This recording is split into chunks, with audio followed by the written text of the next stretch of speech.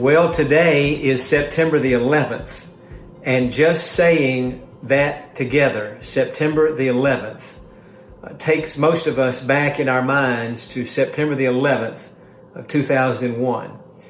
And most likely you can remember exactly where you were when you found out that those airplanes had flown through the World Trade Centers in New York and into the Pentagon, and then the one that crashed, I believe, in Pennsylvania.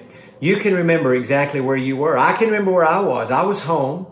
It was on a Tuesday, and I was getting ready to preach at the Tuesday Bible lunch at our church. My parents were in Tennessee on that day, and so with him being gone, he had asked me to do the sermon. And so I was home and in the process of getting ready to go preach, at lunch several hours later, when I found out what had happened.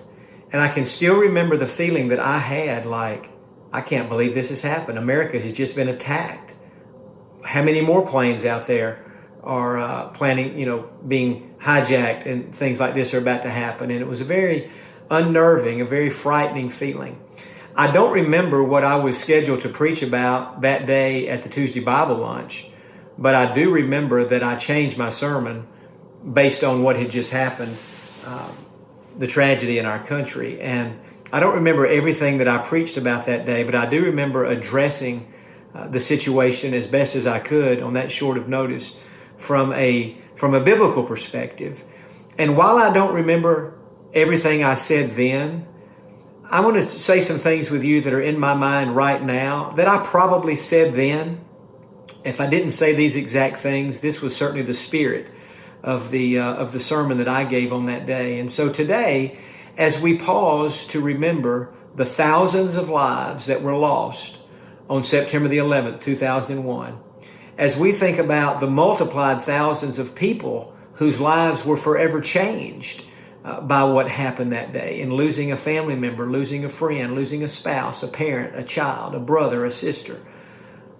And as we think that really things have never been quite the same in America after 9/11. They really haven't. Every time you go into an airport, you're reminded of 9/11 all over again. There's some thoughts that are on my mind that I want to share today, and I won't make this a full-blown sermon, of course, but I want to just share some thoughts. First of all, 9/11 is a reminder to all of us that life is fragile. Life is fragile. Each one of those people who lost their lives on that September morning, they woke up, they cleaned up, they went to their businesses, and they went into their offices, many of them, expecting a normal day at work. And then just like that, their lives ended. And so it is a reminder to us how fragile life is. The Bible is clear on that. It says in Proverbs 27, "Take no thought for tomorrow, for you do not know what a day may bring forth." Most of us, we say, in 10 years I want to do this, or in 20 years I want to do this, or when I get enough money saved up I want to do this, or when I can retire I want to do this. You know what the Bible says about all that type talking? In James chapter 4, it says, you better think long and hard before you start saying everything you want to do out there in the future. It said you better say, if it's the Lord's will, then I'll do thus and so, because you don't really know what might happen today, much less tomorrow. And 9/11 reminds us of that. Life, it says in the Bible in James chapter 4, is like a vapor. It's here today and it's gone tomorrow. And so we're reminded today, and we remember today, that life is very fragile. And I would encourage you each day as you begin your day to commit that day to God. Ask for His angels to protect and watch over you each day. And don't take any day for granted. Today may be your last day. King David said in the Old Testament, he said, "There's but a step between me and death." And he's so right on that. And for those of us who have been through situations in our lives where we were forced to think about our own mortality, we've been reminded of that in a personal way, that life is fragile and it could end just like that. And so make the most of it and enjoy today. Another thing that I'm mindful of today, not only is life fragile, but death is certain. Death is real. The Bible says it has been appointed unto man once to die, And after that, the judgment. We have an appointment with death, and we have an appointment to stand before God in judgment. The Bible is very clear about that. And so death is a real experience. It says in Psalm 139 that before we were ever born, God numbered out how many days that we would live. And God wrote that number in a book. I don't understand that, but I believe it. I believe that before I was born, God made a decision how long I would live. Now, I don't know how long it's going to be. I hope it's a long time. I pray that it'll be a long time. I pray that regularly. But I don't know what the length of my life is, and you don't know what the length of your life is. Sometime I'm in a funeral, and it's for somebody who's lived, we would say that was an old person. They lived a long, full life. And even though it's certainly sad when we lose our loved ones, no matter what their age is, at least if somebody dies, having lived many, many years, we can say, well, they lived a full life. Sometimes I'm officiating a funeral memorial service, and the person was much younger. And I don't understand that. How could this person have died at such a young age? I don't understand it. I don't pretend to understand it. I don't play like I have the answer to that. But I know what the Bible says, and I do believe the Bible. Before God ever formed us in our mother's womb, He numbered out how many days that we would live. And He wrote that number in a book. But make no mistake about it, whether we live to be 100 or whether we die much younger or whenever it is, death is certain.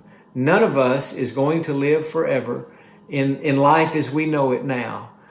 It's just not going to be that way. Death is very much a part of life. And that's why it's so imperative that we tell our family members and friends about heaven and about Jesus and about salvation. And that's why we invite them to church. And that's why even at First Baptist right now, along with all the other churches, we're trying to do everything we can to get the gospel message to as many people as we can, because time is short and eternity is long. Whether a person goes to heaven or whether they go to hell, eternity is going to last forever in either one of those two locations. So this is serious business. And God has called us to be about the business of sharing our faith with others. It says in the Bible, in Proverbs, he who wins souls is wise. Jesus said when He was only 12 years old, I must be about my Father's business. Even as a young boy, Jesus understood that His life had a spiritual mission. He was on a spiritual mission, had a spiritual purpose. And so do ours. And so death is certain, eternity is long, and we need to be telling as many people as we can about Jesus Christ. And then as I think about 9/11, as I think about our country today, as I think about what we went through 19 years ago, not only am I reminded that life is fragile and that death is certain, I'm reminded that no matter what we go through in life, God remains in control of everything. Now, I don't understand, going back to 9/11, those planes being flown into those towers like that and so many people being killed. I don't understand that. But I don't believe God caused it. Not at all. I know God didn't cause it. But you have to, if you believe the Bible, and it says in Psalm 103 verse 19 that God is seated in the heavens and His sovereignty, His kingdom rules over all. The Bible is clear that God is in control of everything. And so as we've talked about many times through the years, whatever happens to us in life, either God sent it into our lives or God allowed it. Now, I don't believe God sends cancer. I certainly don't believe God caused 9/11 to happen. I don't even really believe that God has caused this pandemic that we're in right now. But I do believe that He allows everything we're going through. What is the illustration that we've given many times at church? Anything that comes into the life of a believer must first be sifted through the fingers in God's hands. And so nothing comes to us without first coming through God. Even Job in the Old Testament, all the trouble Job went through. And you know by reading that story, it was the devil, not God, who was causing all those things to happen. And yet God was allowing it. And I read even this morning in my devotional reading, the verse in James, and it talks about, it says, consider the perseverance of Job and remember the end intended by the Lord. And so even in Job's life, God had a good end in mind, even when it didn't look like it, even when it didn't make sense. God was using all those things that Job went through to accomplish something very good in Job's life. You say, well, John, how about those people who died in 9/11? What was the intended end for them? Well, again, I don't understand fully the mind of God, but I know this: all of those who were saved went immediately to heaven to be with God, and that's where they are today. And so, I don't know. I don't pretend to understand everything about a tragedy like that, not at all. But I do believe that whatever we go through in life, God remains in control, and He is seated on His throne. He is in the heavens, and anything that comes into our lives, He has allowed. And He has some purpose. We may never understand it until we get to heaven.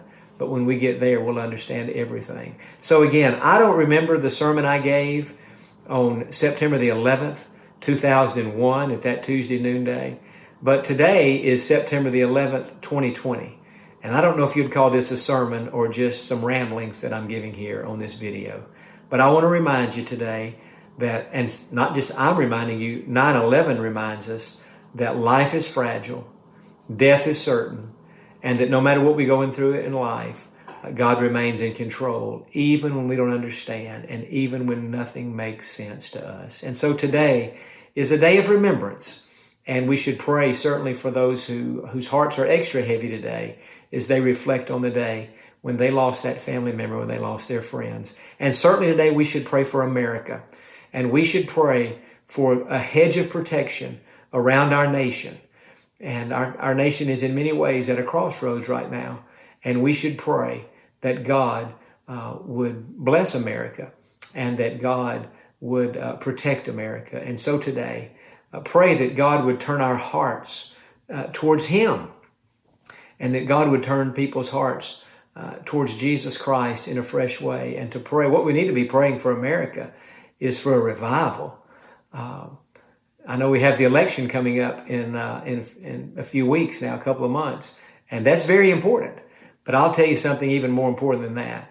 We need a revival. We need a fresh moving of God's Spirit in our own lives and in our nation, and we should pray for that. So maybe today I'll end this little sermonette by quoting 2 Chronicles 7:14, where God said, "If my people who are called by my name will humble themselves and pray and seek my face and turn from their wicked ways, then will I hear from heaven and will forgive their sin and heal their land." And so today, I encourage you, take a few moments, pause, and pray for America. Have a great day. I look forward to being with you next time.